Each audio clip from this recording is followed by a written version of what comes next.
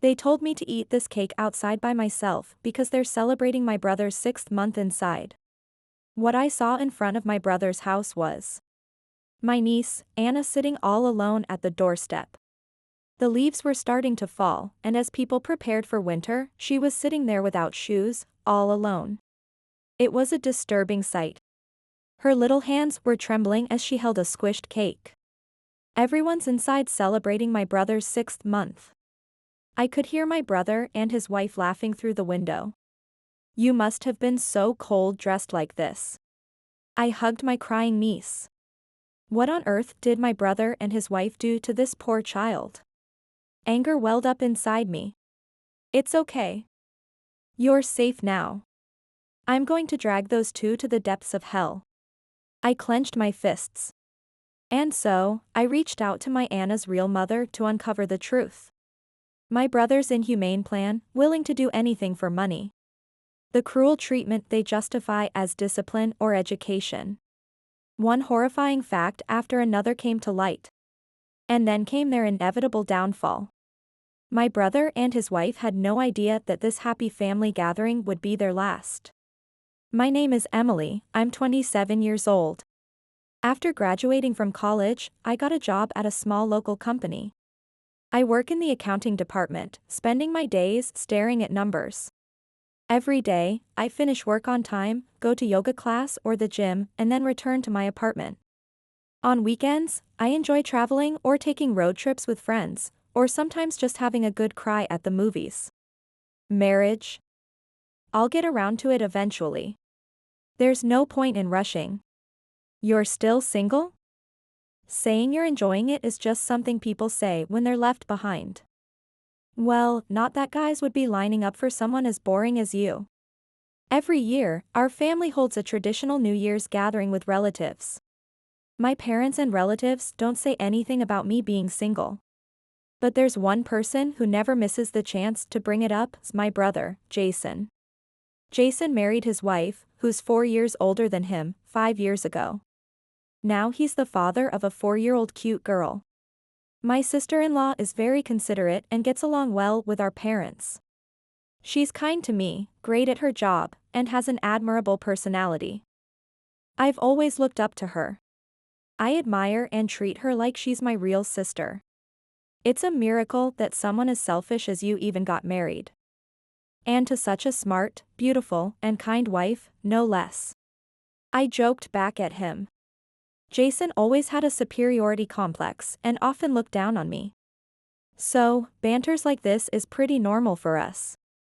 Keep that attitude up, and your wife might just leave you. Jason snorted. She's in love with me. How full of himself can he be?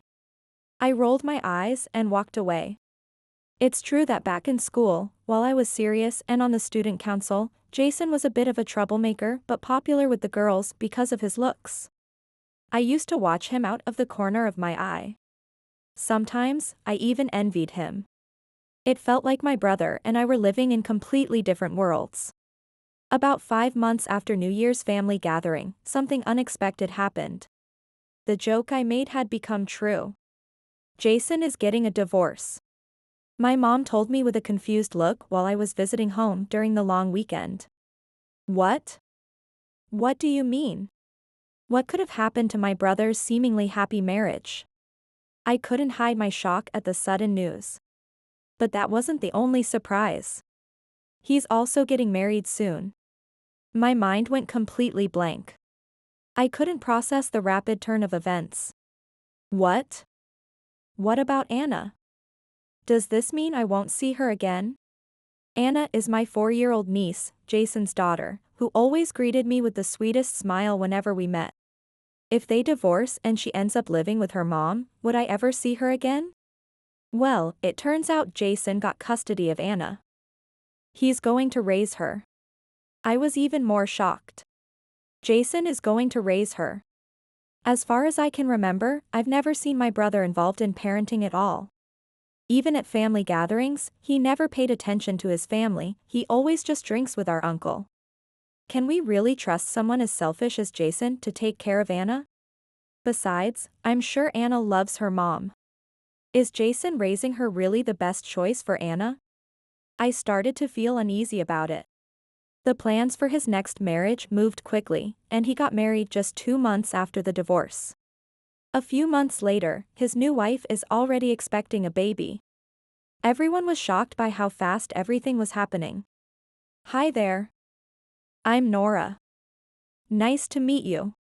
Since Jason and his wife hadn't had time to formally introduce Nora, our parents hosted a dinner at home after they registered their marriage. That was my first time meeting his new wife. She's 25, 5 years younger than Jason. She wore a low-cut t-shirt and a skirt that barely covered her thighs. I didn't know where to look. Her nails were long and painted in bright colors, too long that it looked like she's gonna have trouble holding something. She doesn't look pregnant or someone who's going to be a mother at all. I don't think we could be close. I couldn't find anything to say to her beyond a simple greeting. I'm sure my parents felt a bit the same way. The dinner ended quietly, with little conversation. My concerns, as it turned out, were right. Since Jason's divorce, my niece hasn't smiled even once. Her once adorable smile had vanished as if it was never there. During dinner, she kept her head down the entire time. Jason's new wife didn't seem to care at all, not even making eye contact with Anna. How are these two supposed to get along as mother and daughter? My worries only grew stronger. I wonder if Anna's getting along with her new mom. She doesn't seem to be herself. Jason, make sure you're taking good care of her. Kids are sensitive, you know. As I was leaving, I found myself alone with Jason in the entryway. His wife was in the restroom, and Anna was playing with our parents in the other room. What are you talking about? Anna was neglected by her real mother. That's why she's down. Once she gets used to the new environment, she'll be back to her old self. That's the reason for the divorce, too. I kept asking her to take better care of Anna, but she said she had more important things than our child and just abandoned me and Anna. Her refers to my ex-sister-in-law, Anna's real mother. As far as I can remember, she's always so devoted to Anna. I was stunned. So I don't have any faults in this. We're just going to enjoy our new family life. No faults. Maybe it is, but it is a father's responsibility to raise his daughter well and make her happy? Just as I was about to say that, I'm back. His wife returned. And with that, our conversation ended. Can my niece really be happy with that woman as her stepmother? I kept thinking about it on my way home. At the same time, Jason's words echoed in my mind. My ex-sister-in-law abandoned her family. Could that be really the case? I just couldn't believe it. Unable to hide my shock, I looked up at the sunset sky. But tears that welled up kept flowing down my cheeks. I couldn't stop worrying about my niece, so I started visiting Jason's house from time to time. Anna, I'm here to play with you. When she heard my voice, Anna opened the front door for me. It seemed like her expression was gradually softening. Maybe she is getting used to her new life. But that was just wishful thinking on my part. Let's play with this doll today. Let's also play house. While I spent time with Anna at Jason's house, I felt the cold stare of his wife. She clearly doesn't like me coming over to visit. Her belly was getting bigger and bigger. The pregnancy seemed to be going smoothly. But it seemed like Jason's wife was using her pregnancy as an excuse to avoid doing any housework. Their house is a complete mess, with laundry piled up everywhere. I was in the way of mommy's work. She said I'm not wanted. Anna said quietly, clutching her doll. It seemed like playing house reminded her of her real mom. Why would you say that? That's not true. Mommy loves you so much, Anna. I was taken aback by her sudden statement. Mommy said her job is important, and with me around, she can't work. So, she told me to go live with my new mommy. That can't be true. It's true that my ex-sister-in-law worked for a big company and was in a managerial position. She had a strong sense of responsibility and couldn't neglect her work. But I know for a fact that she adores Anna. The warm look in her eyes, the gentle tone of her voice. Those were the marks of a loving mother. My ex-sister-in-law loved Anna more than her job. I'm certain of it. That's not true. Mommy doesn't care about anything more than you. That's why she loves you the most, Anna. Did my ex-sister-in-law really say those things? I just couldn't believe it. Who told you that? I asked, looking into Anna's eyes. Just as Anna opened her mouth to speak, Jason's wife scolded her, "Don't say unnecessary things. Your room is a mess with toys, isn't it? Go clean it up right now." With that, she grabbed Anna's arm and pulled her into her room. She didn't resist and just quietly followed Nora. She glanced back at me one last time. "Help me." At that moment, I felt like I could hear her silent plea. That night, I called Jason. "I told you many times." She left because Anna was in the way of her work. What are you trying to get at? As for Nora's, she just became the mom of a 4-year-old girl that is not hers. It's only natural that she's struggling. She's doing her best. Jason's frustration exploded on the other end of the phone. "So, are you really treating Anna well? She doesn't say anything to you? Whenever your name comes up, she just falls silent like she's been told not to talk." I couldn't forget the sadness in her eyes that day. "Of course. But I'm busy with work every day. I've Nora to take care of Anna, she's a stay-at-home wife. I don't need advice from someone who doesn't even have her own child." There he goes, passing the buck again. She's your daughter. Even if you're busy, can't you spend just a little time with her each day? Do you even listen to what Anna says? Do you know what she likes? Jason is hiding something. He always lashes out when he's lying. He raises his voice to cover up when he's trying to hide something. That hasn't changed since we were kids. I'm not falling for it. Shut the hell up. Don't ever call me again. And don't come to my house. We're building a new, happy family. You have nothing to do with it. And with that, Jason hung up the phone. Even if he told me not to come, I'm still going. I'm the only one who can help Anna. Time passed, and the rainy season came.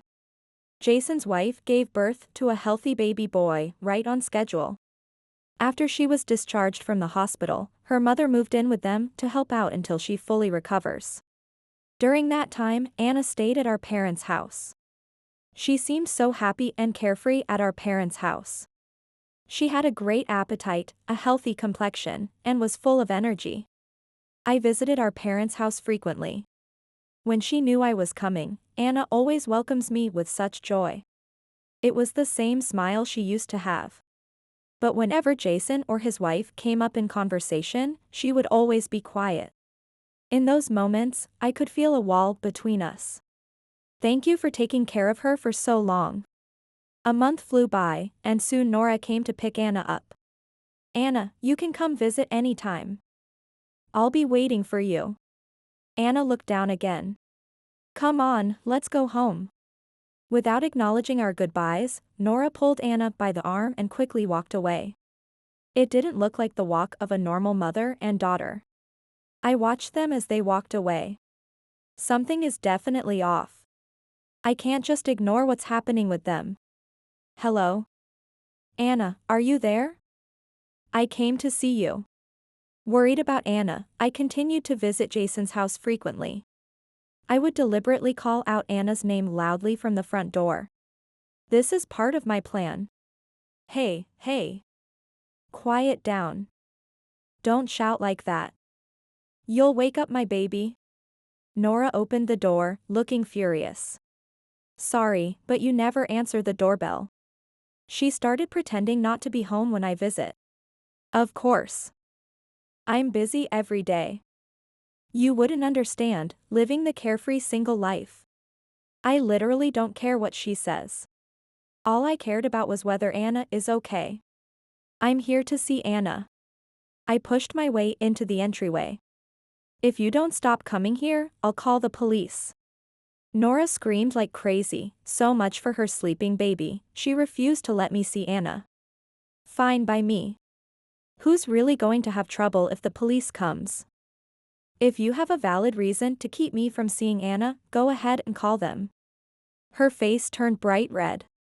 Just then, Anna appeared quietly from down the hall, saying, "Aunt Emily, I'm okay." Really? She walked towards me from the other end of the hallway. Her voice was small, and she looked thinner than before. Anna gave me a gentle smile. There's no way she's doing okay. She must have been told to say that by her stepmom. But I don't have any solid proof. Even after that, I continued to visit Jason's house frequently. Before I knew it, autumn had arrived, and the trees in the park were shedding their leaves in preparation for winter. Children were stepping on the fallen leaves, enjoying the crunchy texture and sound. The carefree laughter of children filled the air. This is how healthy children should be. I walked past the park, watching the children out of the corner of my eye. I was on my way to my brother's house. The air had become noticeably colder, especially in the mornings and evenings. I wonder if Anna is feeling cold. I arrived in front of Jason's house and took a deep breath. Just then, I heard a rustling sound and thought I saw a shadow move. It was getting dark around me. It was almost evening. A stray cat. I turned my gaze towards the direction of the sound. What? It wasn't a stray cat that I saw. It was Anna. She was sitting all alone in the shadow of a shrub by the door, just staring at me. What are you doing out here? Why aren't you inside? On closer inspection, her hair is messy, her clothes are dirty, and she wasn't wearing any shoes. Something was obviously wrong. They told me to eat this cake outside by myself because they're celebrating my brother's 6th month inside. Anna was holding a cake with trembling hands. What happened to your cake? The cake was horribly squished. Daddy dropped the cake. He said it was dirty and they didn't want it, so I should eat it. My 4-year-old niece must have taken her father's cruel words at face value. How could he be so heartless? You must have been so cold dressed like this. I hugged Anna tightly. She started crying as if she finally felt safe. I held her cold little body as tightly as I could. I can't forgive this. What on earth have my brother and his wife done to such a small child? I can't bear to see Anna like this anymore. It's okay. You're with me now. I won't let them do whatever they want anymore. I put my jacket on her and picked her up. It's cold out here. Let's go to my house. I took her home and immediately ran a hot bath. While she warmed up in the bath, I called my parents. I was ready to confront my brother and his wife. But I needed more evidence. The evidence I needed was the real reason for their divorce. I couldn't believe what Jason and Anna had told me. Did my ex-sister-in-law really choose work over her daughter? There had to be something more to the story. To find the truth, I asked my mom for Anna's real mother's number. Then, I called her. Her voice is just as gentle as I remembered. When she heard about Anna's situation, she dropped everything and rushed over. Anna. Anna. You're so thin. What happened? How did things get this bad? I'm so sorry. I'm so sorry you had to go through this. She hugged Anna tightly, choking back tears. Mommy. Anna cried herself out and then fell asleep, exhausted. Seeing her mother after so long must have brought her comfort. She slept peacefully in her mother's arms. It was the peaceful face of a happy child. Let me tell you everything that's happened. After moving Anna to a bed, I told her real mom everything that had happened. How could this happen? She turned pale and her shoulders trembled. They said I abandoned her. Tears welled up in her eyes. Then, biting her trembling lip, she began to tell me the real story behind the divorce. This is what really happened. While she managed the housework, childcare, and her job all on her own, Jason was frequently away on business trips. Even on weekends, Jason is always out, leaving everything at home to her. Over time, she began to question the frequency of Jason's business trips. Eventually, their feelings for each other drifted apart, and arguments became more frequent. They discussed the possibility of divorce, and it was decided that she would have custody of Anna. But then, everything changed. She worked for a major corporation, one that everyone had heard of, and she is in charge of a significant project. As a manager, the pressure she faced was immense, and it took a heavy toll on her mentally. When she made even a small mistake, she would take all the blame on herself and start to believe everything was her fault. Even at home, she couldn't switch off from work, and she fell into a deep depression. She gradually began to think she was a failure, and soon she was plagued by heart palpitations, dizziness, trembling, and insomnia. At that time, I lost myself. And that's when Jason served me with divorce papers. Pushed to the brink both mentally and physically, my ex-sister-in-law became bedridden, losing all her willpower. The door to the room where she lay was kept shut, and Anna stopped coming in. No, it was Jason who kept Anna from seeing me. Me? Why would I think Anna is a burden? I would never say that. The only thing that comforted me when I come home is Anna's smile. Just then, Anna got up from her bed. "Mommy, Daddy said you abandoned me." And then, the terrifying truth came out. This was all part of Jason's scheme to get money from his ex-wife. He divorced her, took custody of Anna, and planned to collect child support, based on a vicious lie. Jason had been secretly feeding lies to Anna behind his ex-wife's back. "Mommy doesn't love you. Mommy thinks you're in the way of her work. Without you, Mommy would be able to do her job better. I'm not wanted." Brainwashed by my brother, Anna gradually began to distance herself from her mother. Eventually, she decided to go with her dad after the divorce. Losing custody of Anna left my ex-sister-in-law in such shock that she couldn't think clearly. She was bedridden, lamenting her inability to do anything for her daughter. Believing that Anna would be happier being raised by Jason and his parents, she made the painful decision to let her go. It was all part of Jason's plan, taking advantage of her weakened state. "I would never abandon you, Anna. You're the most important thing in the world to me. I don't care what I lose, as long as I have you, I'm happy." Finally, mother and daughter were reunited in heart and mind. After the divorce, I knew I had to change. I realized I couldn't go on like that, so I focused on getting healthy, both physically and mentally. I did it all to get Anna back. My ex-sister-in-law spoke with determination. And then I discovered the real reason for the divorce. She already figured out that Jason was having an affair even before the divorce. She also knew that the woman he was seeing was uncultured and unrefined. That other woman is none other than Nora. I don't want to leave Anna with that woman. I was already consulting a lawyer to regain custody. At that moment, Anna finally spoke up. "I don't want to go back to that house. I want to stay with Mommy. Daddy told me not to say anything, but..."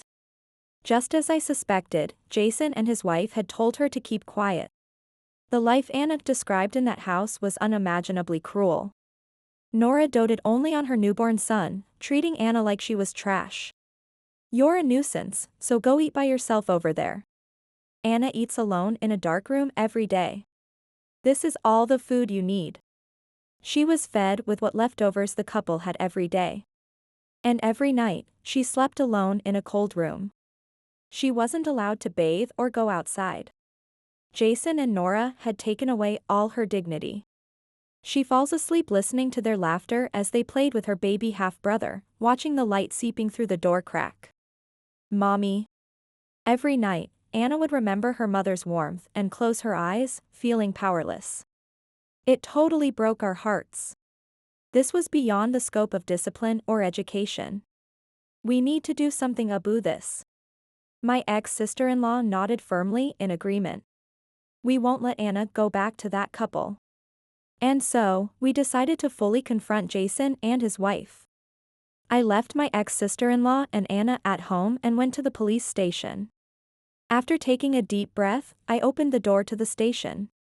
Our battle has just begun. I explained how my brother and his wife are neglecting Anna daily and subjecting her to a life of misery. I told them how, despite my repeated visits and warnings, nothing had improved. How they had brainwashed my niece. And how they had thrown her outside barefoot. I told the police everything. The next day, the police went to Jason's house. Sirens echoed through the quiet neighborhood. Neighbors, startled by the commotion, came outside to see what was happening. Several police cars stopped in front of Jason's house, and multiple officers swarmed the entrance.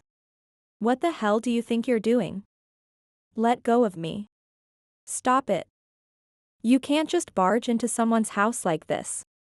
Jason resisted violently, struggling with the officers. His wife tried to shake off the officers' hands and run away. But no matter how much they shouted or fought back, they couldn't escape the reality that the police will take them in for questioning. Their son was left in the care of her parents. The police questioned them about whether they had mistreated Anna. However, both of them remained silent. Jason caused a commotion even inside the station, repeatedly having to be restrained by the officers. Next, the police began searching the house. In a dark, small room, they found traces of Anna's living conditions. There were dirty blankets, soiled dishes, and even strands of Anna's hair. The police were speechless. And no. She chose to live in that room on her own. Even then, Jason refused to admit what they had done. "Why yes. I tried to take care of her. But she wouldn't warm up to me." Such stupid excuses were not going to work with the police. Finally, the police asked them where Anna is. But neither of them could answer. The police, raising their voices, demanded how they could not know where their daughter is. They both froze, and a heavy silence filled the room. They had forced a squashed cake on her and thrown her out of the house. Where had she gone after that? Jason cried for the first time. "Anna. Where did you go, barefoot in this cold? I'm so sorry." It was the first time he showed the concern of a father. But by now, it was too late. Jason and his wife were sentenced to probation for neglecting their duty of care. However, the consequences they faced would go beyond just this, and their lives were about to change drastically. A few days later, Jason and his wife left the police station and returned home, utterly exhausted. But still, there was no sign of Anna at home. Where could she have gone? "Anna. Anna. Where are you?" Jason ran around the house, the yard, and the neighborhood searching for her. But he couldn't find her anywhere. When he returned home, holding his head in despair, his wife was there, looking worried as she waited for him. "We have a visitor." When he entered the living room, there was an unfamiliar man in a suit. The man handed Jason his business card. "What? You're a lawyer?" Jason already had an idea. The lawyer had been hired by Anna's real mom and had come to Jason's home. She had thoroughly investigated Jason's affair, which she discovered before they were even divorced. Also, incriminating evidence was gathered. The key evidence was a supposedly broken smartphone. She managed to restore Jason's broken phone and retrieved messages and photos. She had also interviewed Jason's colleagues and recorded their testimonies. Faced with overwhelming evidence by the lawyer, Jason and his wife couldn't fight back. "My ex-sister-in-law demanded the return of custody and compensation for the affair. This can't be happening." Jason's face turned pale, and he stood frozen. "Please. Forgive me. I can't afford to pay that much in damages. And I've finally realized how important Anna is to me. I never knew it would be this lonely without her. Please.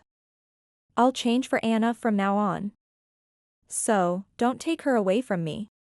Jason pleaded with the lawyer, tears in his eyes. But realizing Anna's importance now was a little too late. Anyone would think so. Without changing his expression, the lawyer left. The trial was held, and it ended, unsurprisingly, with a victory for my ex-sister-in-law, the plaintiff. Jason had left all the housework and childcare to my ex-sister-in-law while he continued his affairs. What started as a fling with his current wife turned into a serious affair, leading him to marrying her. To avoid paying alimony, Jason concocted a story that my ex-sister-in-law had neglected their child. He and his wife also misappropriated the child support payments from my ex-sister-in-law for their own use. Custody of Anna was transferred back to my ex-sister-in-law. Jason and his wife were ordered to pay back all the child support payments they had received. Additionally, Jason is now required to pay child support to my ex-sister-in-law. Jason also needs to pay the alimony and pay back the child support his ex-wife gave them. Jason and his wife were left with almost nothing. First, they sold their house and moved into an old, small apartment. Even then, they couldn't meet the payment amount, so Jason begged our parents for help, but they were furious and kicked him out. After that, our parents never saw him again. Jason even came to apologize to me, but of course, I turned him away. They both worked day and night. Yet, their life remained hard, and every day they were so exhausted that they lost the energy to care for their child. Their son was sent to live with Nora's parents, and the tension between Jason and his wife grew. I was stupid to marry you. Why should I have to work for your sake? His wife complained every day. Don't say that. This is partly your fault too. You've been relying on my money without working at all. Jason also took out his daily frustrations on her. Their arguments continued every night. Eventually, his wife went out for her night job and never came back. While working at a nightclub, she met a wealthy client. She got very close to him and never returned to Jason. Left alone, Jason turned to gambling in hopes of striking it rich. But that didn't work out either, and he ended up accumulating debt. Trapped in debt, he couldn't pay rent and was eventually evicted from his apartment. Homeless and terrified of debt collectors, he began hiding out in narrow, dirty back alleys. No one knows what happened to Jason after that. Thank you, Aunt Emily. I'm so happy I can live with Mom again. Anna's smile had returned. Emily, thank you so much for everything you've done for Anna. Because of you, she's safe and can live with me again. Thank you so much. My ex-sister-in-law bawling her eyes out in gratitude. Seeing Anna so happy, I felt relieved. But on the other hand, I felt a little sad. My ex-sister-in-law's house is far from mine. I won't be able to see Anna as easily from now on. Aunt Emily, I'll call you, and I'll send messages too. Anna's smile was dazzling. How about we go on a trip together next summer? Anna said she'd miss you, so we thought it would be nice to plan something for the summer and winter breaks. Anna felt the same way I did. Really? I'd love to. I'm looking forward to it. Anna held up her pinky finger. It's a promise. I held up my pinky and linked it with hers. Pinky swear. We pointed our pinkies up to the clear blue sky and laughed together.